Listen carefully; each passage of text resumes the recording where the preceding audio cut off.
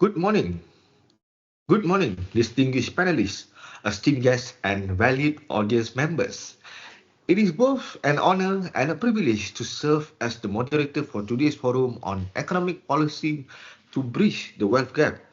My name is Mirza, and I am delighted to facilitate this critical discussion that aims to address one of the most pressing issues of our time, economic inequality.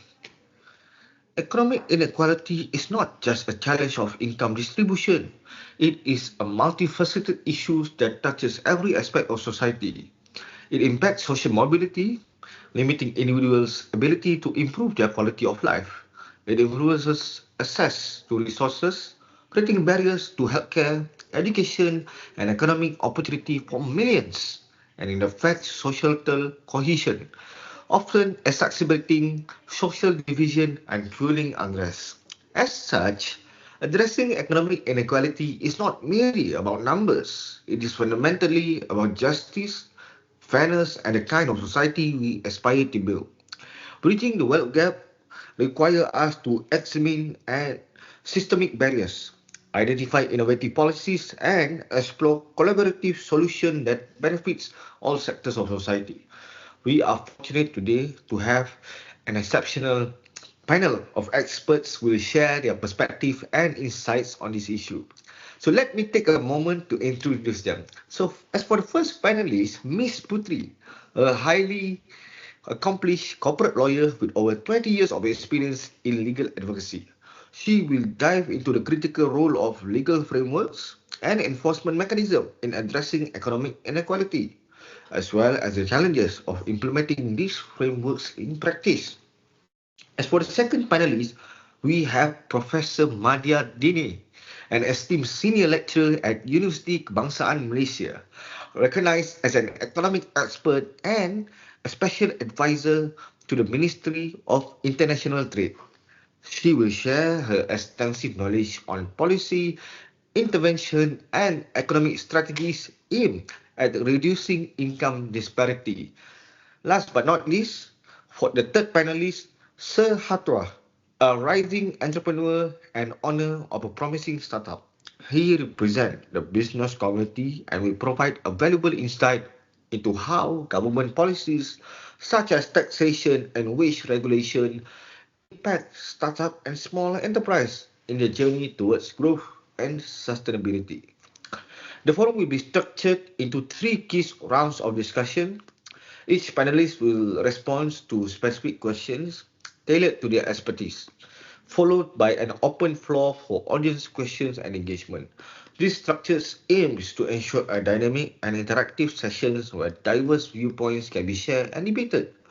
So before we dive into the panel discussion, let me briefly establish the context of today's theme. Economic inequality refers to the uneven distribution of wealth, income, and access to resources across various segments of society. This issue is not confined to developing nations. It is a global challenge affecting economic both large and small. The implications are profound in social mobility, where individuals from marginalized communities often find it very difficult to climb the social economic ladder, perpetuating cycles of poverty. Access to resources, where disparities in wealth mean unequal access to education, healthcare, and essential service, further entrenching inequality. System barriers, where outdated policy, wage disparity, and tax loophole exacerbate the problem, while insufficient enforcement mechanism it renders some reforms ineffective. So the causes of economic inequality are very complex, ranging from historical factors and systemic discrimination to evolving economic structures and globalization. Addressing this requires a very comprehensive solution that spans multiple disciplines, including law, economic, and business innovation. So today's forum seeks to explore this complexity and uncover actionable solutions.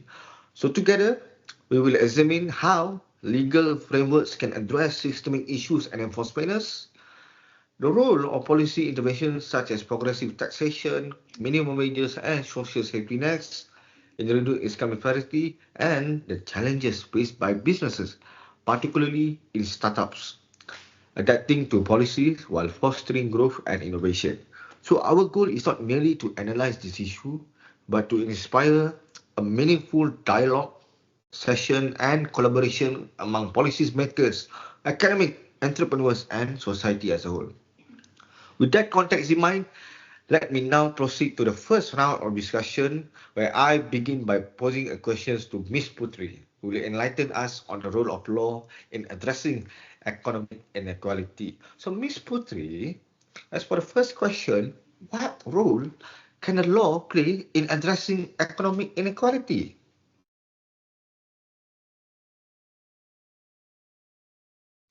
Okay, thank you, Mr. Morales. So, good day to all. I appreciate the chance to contribute to today's important conversation on our topic today. I believe that reducing the wealth gap is not only necessary, but also possible through a collective effort and a strong legal frameworks. So, I will concentrate on three key topics, which is the impact of the wealth gap, the legal challenges, and how to combat it through the specific legal measure. So let us first consider the impact of the wealth gap. So this problem could link to a higher crime rates. So according to Vargas 2023, people in poorer communities don't have enough opportunities to improve their life, and some may feel forced to turn to illegal activities just to survive. And this can lead to political instability and conflict. For example, in the article of Occupy protesters say it 99% versus 1%, they're right. 2011, where movement like Occupy Wall Street drew attention to how richest 1% of people were gaining more wealth while others are struggling. And according to UNDP 1997 Human Development Report, stated that Malaysia has the highest income disparity between the rich and poor in Southeast Asia. Secondly, the impact of wealth gap can also affect the healthcare and education sector. The richer families have a better access to healthcare and education by giving them more opportunity to succeed and live a healthier life, while the poorer family will face more challenges in getting the same opportunity. And moving on to my next point, the first legal challenge is a weak enforcement mechanism. For instance, the Minimum Wage Order 2022 introduced a new rate where every worker must be paid at least 1,500 per month as a minimum wage. But if there isn't enough strict monitoring, some employers might secretly pay their worker less. For example, a small factory might pay its worker 1,200 instead, and without this strong enforcement, nothing happens to the employer. And this makes the law useless for protecting the workers. Another challenge is outdated law. In my view, law should keep up with the modern economic problems, like the issue of multinational corporations avoiding taxes. Many large companies such as Amazon, Apple, and Google use strategies to avoid paying taxes. For instance, they set up their headquarters in countries with very low taxes like Ireland or Hungary. These countries have tax rules that allow businesses to pay lower taxes compared to other countries. Since these big companies are paying fewer taxes, their profits are even larger, which allows them to accumulate more wealth. This contributes to a widening wealth gap where the rich get richer and poor struggle to access resources. And finally, let's look at how to combat this inequality through a specific legal measure. So I strongly believe that the law can and should be a tool for justice. And one way to do this is by ensuring fair wage, like minimum wage law that can help workers earn enough to meet their basic needs. And I believe that providing this equal access to education and financial services is key to breaking the cycle of poverty. Education is a powerful tool for social mobility, and we must make it accessible to everyone. So we have seen success in countries like Vietnam and Sweden. For example, Vietnam's investment in healthcare and education shows that prioritizing social welfare can reduce inequality and improve quality of life. Sweden, on the other hand, uses high taxes on the wealthy to redistribute income and support the less fortunate. So I believe these examples prove that inequality is not inevitable. In conclusion, I believe addressing economic inequality is not just a financial issue, but it is about the fairness, justice, and what kind of society we want to live in. While there are challenges, I am confident with strong law and better enforcement, we can reduce this wealth gap and create a fairer society for all. Thank you.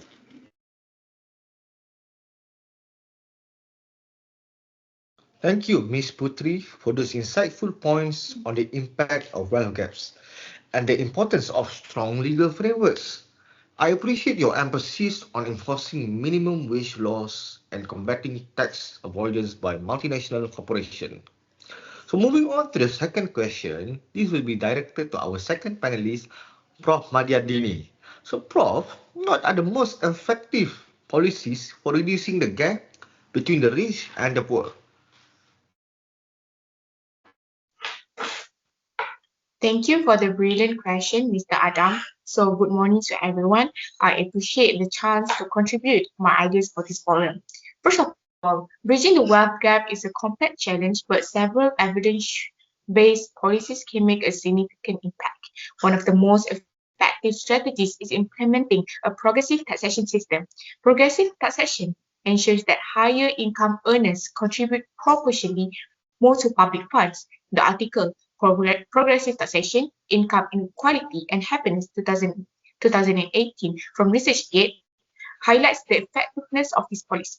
Progressive taxation not only reduces income disparities but also improves societal well-being. It allows governments to fund essential services like education, healthcare, and infrastructure. The article provides strong evidence through timeline analysis. It shows that higher levels of progressive taxation are linked to lower income inequality. These effects can be observed within 5 years of implementing the policy. This demonstrates that progressive taxation is not just about fairness, it is also an effective long-term solution. Revenue from such a system can be directed toward improving schools and hospitals. These investments help level the playing field and create opportunities for disadvantaged communities. Another essential policy is increasing the minimum wage. The article from the Center for American Progress, Raising Minimum Wage to Boost Economic Recovery and Reduce Taxpayer Subsidization of Low-Wage Work 2021 highlights the transformative impact of establishing a living wage. By guaranteeing that all workers earn enough to meet their basic needs, millions of families can be lifted out of poverty. Beyond poverty elevation, the increased wages lead to higher consumer spending, which stimulates economic growth. This is supported by evidence suggesting that a higher minimum wage not only benefits individuals but also reduces the burden on government subsidies for low-income workers, creating a more self-sustaining economy. Lastly, strengthening social safety nets is a critical step in reducing inequality. Programs such as universal healthcare, free education, and unemployment benefits provide essential support for vulnerable groups. The IMF article, Reducing Inequality and Fostering Growth 2020, underscores the importance of investing in poor children's education and funding it through taxation of affluent individuals. This approach not only narrows the wealth gap, but also fosters future economic growth. By giving children access to quality education, we empower them to break the cycle of poverty and contribute to long-term societal advancement.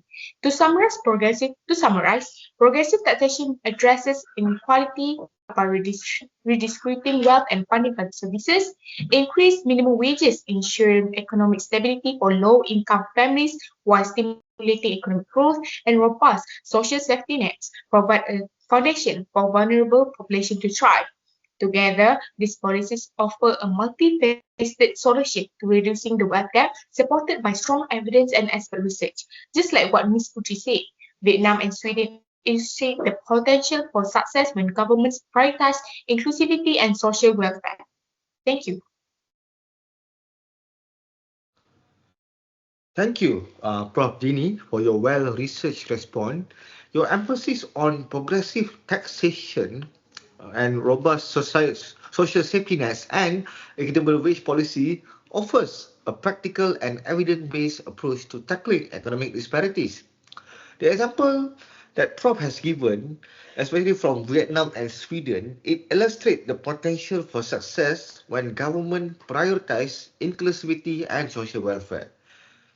So for our final question for our last and third panelist, for Sir Hatwa, Sir, how will government policies such as taxation and wage regulation affect business owners, particularly in the startup ecosystem?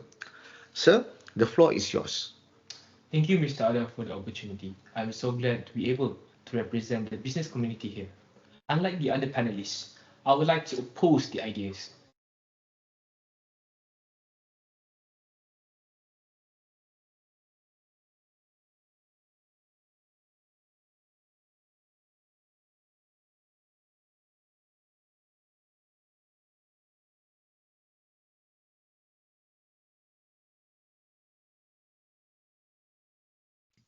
Sorry. Thank you, Mr. Adam, for the opportunity. Unlike the other panelists, I would like to oppose the ideas. As a new tech startup owner, I wanted to share my thoughts and hear your insights about managing challenges, about rising tax burdens. I'm passionate about innovation and scaling for our business, but recent talks about potential increases in corporate taxes have me concerned about what this could mean for growth. Currently, our team is small and our profit margins are modest. We've been reinvesting everything back into product development and marketing to build a solid foundation. However, if corporate tax rates increase significantly, we'll face tough challenges such as reduced funds for our R&Ds. A higher tax rate means less capital for us to invest in developing our tax solutions. This could delay product launches and affect competitive edge.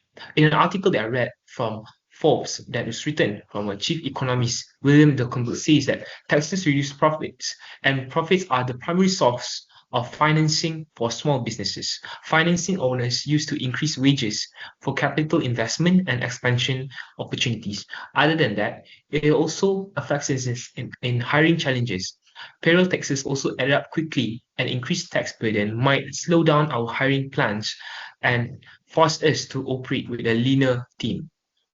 I also understand the need to fund critical social initiatives, but I'm not against fair taxation. However, balancing the needs of growing businesses is crucial for fostering innovation and supporting the broader economy. Starting a running tech startup is a demanding journey, but the increasing regulatory landscape has added another layer of complexity, whether it's changes in data protection laws, employee wage regulations, or new environmental standards. Staying compliant is becoming more time-consuming and costly. Here are a few challenges we're facing with regulatory costs. First, time and resource allocations. We've had redirected team efforts to understand and implement new compliance measures. This has taken valuable time away from our core focus areas like product development and user acquisition. Second is specialized compliance needs. For regulations related to data security and consumer protection, we've had to bring in external consultants to ensure we meet industry standards. A necessary but expensive decision for a startup on a tight budget. According to an article from IDs Malaysia, it says that corporate tax regulations has created an average cost of 4,585 ringgit and 66 cents, while the average time to regulate these taxes is about 44 days, which are time consuming. I appreciate the importance of this regulation for creating fairer and safer business environments. Finding the balance between compliance and innovation can be tough. Running a tech startup has its shares for ups and downs, but one thing I didn't fully anticipate was how external factors like market distortions could also impact our operations, especially when it comes to hiring and managing talent. One example is government imposed wage regulations. While I fully support fair compensation, minimum wage increases can be challenging for startups like ours that can operate on razor-thin margins. When wages are set above what small businesses realistically afford, it creates a few challenges, such as hiring fewer employees. We've had to limit hiring plans, especially for entry-level roles, because higher wages put pressure on our budget. According to Investopedia, market distortion is fear with prices so much that it's become difficult for businesses like us to assess new workers. Secondly, it's all hard for us to shift. We also shift to freelancers or automation to manage costs. We're exploring freelancers or automated solution where possible. But this isn't an ideal move for every function. We want to build a team to contribute to job creation, but these conditions sometimes force us to scale back and focus on efficiency instead. Balancing business growth and regulatory requirements is always a challenge. That's all from me. Thank you. Thank you, Sir HOTTUA, for providing a business-centric perspective on this issue. For discussion on the challenges posed by rising tax burdens, compliance costs, and regulatory requirements highlights the delicate balance between fostering innovation and meeting social obligation. So as we draw today's forum to a close, let us take a moment to reflect on the insightful discussion we have had and the valuable contribution from our esteemed panelists. Their diverse perspectives have illuminated the complexities of economic inequality and the multi approaches needed to address it effectively. To summarize the key point raised, Ms. Putri highlighted the crucial role of robust legal frameworks in reducing economic inequality. She emphasized that laws must not only exist but also be effectively enforced. Weak enforcement mechanism and outdated legal system can perpetuate disparities rather than resolve them. She underscored the importance of addressing challenges such as tax avoidance by multinational corporations and ensuring compliance with minimum wage laws to protect vulnerable workers. Her insight reminds us that law can serve as a powerful tool for justice and fairness when applied effectively. As for the second panelist, Prof. Dini, she has brought an evidence-based perspective on economic policy intervention. She discussed the importance of progressive taxation as a mechanism to reduce income disparity, citing its success in funding essential public services such as education and healthcare. Additionally, she elaborates on how raising minimum wage can uplift families from poverty while simultaneously stimulating economic growth. Her discussion on the role of social safety nets in protecting marginalized groups provided a clear framework for how governments can create a more inclusive society. Her insight demonstrates that well-structured policy have the power to bridge wealth gap sustainably. And for the third panelist, Sir HOTTUA, he offered a practical perspective from the business community, shedding light on the challenges that government policy can impose on startup and smaller enterprise. He emphasized the need for a balanced approach, one that promotes innovation while ensuring compliance with social and economic regulation. His insights into the impacts of rising tax burden, wage regulation, and compliance costs illustrate the delicate balance required between fostering business growth and addressing economic inequality. So his discussion is a reminder that business plays a pivotal role in economic development and must be supported in ways that allows them to thrive while contributing to societal well-being. So in essence, today's discussion underscored that addressing economic inequality is a complex yet essential endeavor. It demands a collaborative effort that brings together the strengths of legal reform, policy innovation, and business adaptability. No single solution can resolve this issue. Instead, it requires a multi-pronged approach that balances the needs of individuals, community, and businesses. So moving forward, it is imperative that we first strengthen the legal mechanism to ensure fairness. Second, advocate for policies that prioritize equity and social welfare, support business in adapting to regulation while fostering innovation and growth.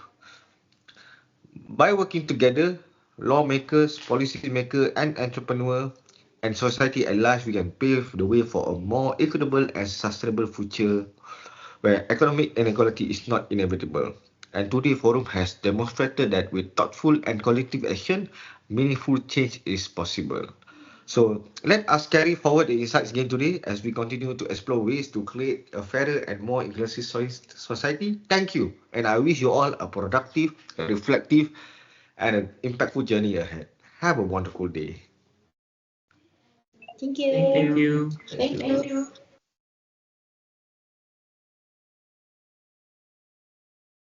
you.